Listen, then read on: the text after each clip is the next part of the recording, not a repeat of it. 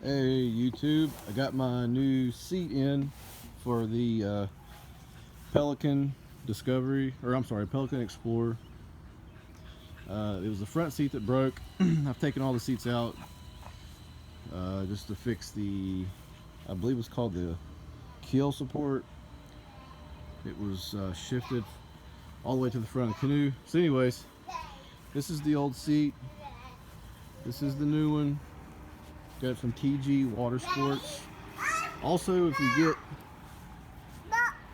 yeah, boat.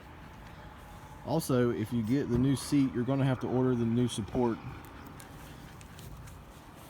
I tried to use the old support with the new seat, and the new seat, after you screw it into the side, I'd say it sits lower, probably about 2.5 to 3 inches than the older seat. So make sure you get that support. Also, they want you to buy the foam insert for the support.